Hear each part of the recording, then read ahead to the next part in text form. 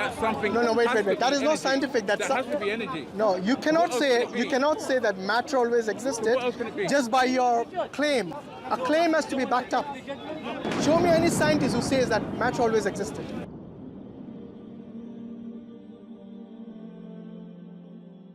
You know, you mentioned the first law of thermodynamics, and you said in a closed system energy can neither be created nor destroyed. Yeah. Now, why are you assuming the universe always existed? Because that doesn't prove the universe always existed. No. That only proves in a closed system a certain principle is always the case. But if you're going to assume that the universe always existed, or matter always existed, or energy always existed, these are just assumptions. These are unscientific assumptions. No, it's not unscientific. In quantum mechanics, there is always something there. Yeah, but quantum mechanics is at a macro level. Macro level. Well, it's at a micro level. Yes. At a micro level, there is always something there. But we are not doing macro level. I'm talking about the existence of the universe. Even macro level, on the micro and macro level, there has to be something. There has to be something in existence. There's no such thing as empty space. So there is always something. That something. No, wait. That is energy. not scientific. That has to be energy. No, you cannot say that matter always existed What else can it be? just by your claim. A claim has to be backed up. Show me any scientist who says that matter always existed. Go on. No. Energy and matter is the same thing. E equals mc squared. Yeah, even energy always exists. Show me anyone who says that. No, everything is some form of energy. Energy and it has to be either energy. If energy and matter are the same thing in different forms, everything has to be. I think you're just repeating the same thing, even though I've corrected. Wait a minute. You're instead of saying that in a closed system, energy can neither be destroyed or created, you are assuming that energy is eternal, which is not something which we learned from the first law of thermodynamics. Will you tell me what you believe the first law of thermodynamics is? I've just repeated this several times now. Okay, you believe that? Yes, in a closed system I agree. Matter can neither be created or energy can neither be created nor destroyed. But you, just based on that, you cannot assume it is eternal. No, but what would be the alternative to energy? What is the alternative to energy? In what case? Whatever exists has to be in some form of energy. Okay, let me ask you something. Do you believe that you have a soul? Do I believe I have a soul? Yeah. What's that going to do with anything? I'll tell you what is going on. First tell me if you believe or not. I probably do have a... No, don't tell me probably. Tell me something that you're certain about. Okay, consciousness, very good. Is consciousness energy?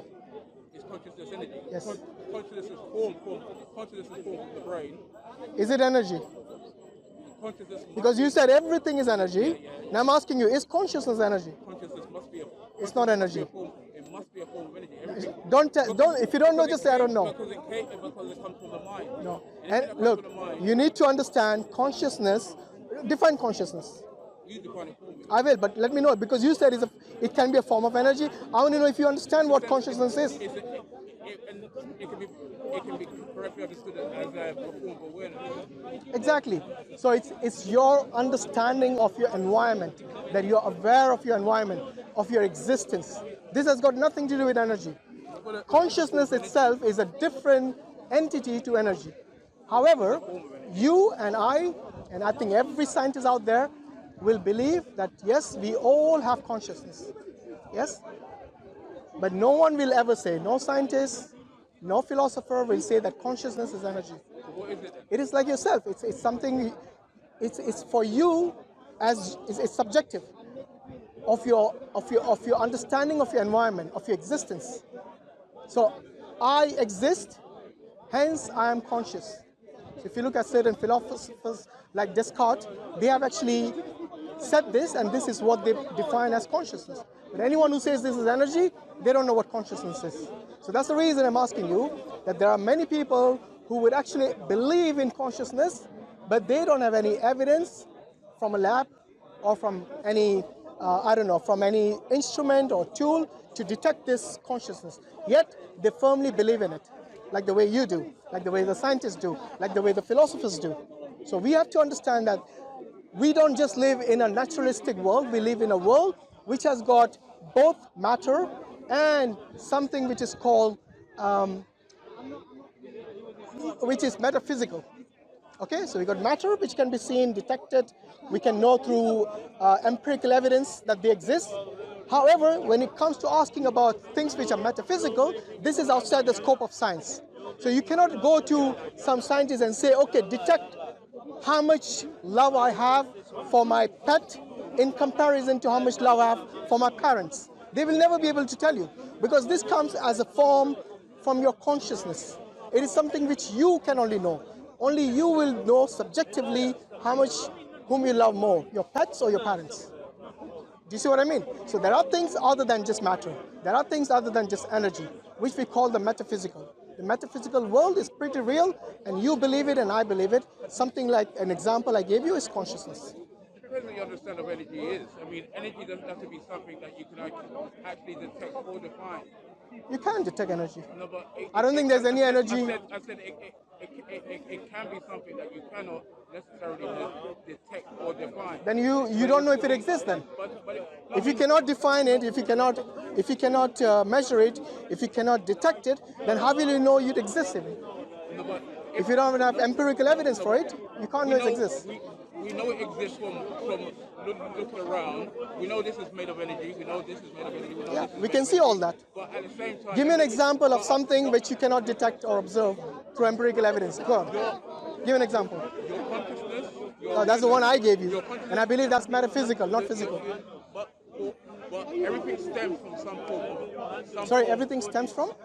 Everything would stem from everything would stem from some form of energy which you cannot necessarily detect. And who made that principle? Because I've never heard of that principle. Everything stems from energy. Where did you get that from? No, I'm saying everything could be a form of energy even if you can't detect it. Yeah, I'm asking you, where did you get that principle from? Because what? everything came from an original energy source. And what is that? So that it depends on whether you believe in science or religion. No, what do you believe in? Because you mentioned this, I want to know what do you believe in? We'll continue this. We'll continue this next week. Okay. No problem. Thanks a lot, mate. Seek me out next week because I'll seek you. Well, I'm not going to seek you out. If you want to continue this, yeah, you please out. do. We'll continue. Inshallah. All right. So, what's your name, by the way? Huh? Superman. Superman? Oh, well. We'll continue this next week. Can you show me how you fly? Yeah, I want to know how we fly. Maybe next week. Okay. We'll continue this. That's fine, inshallah. Okay.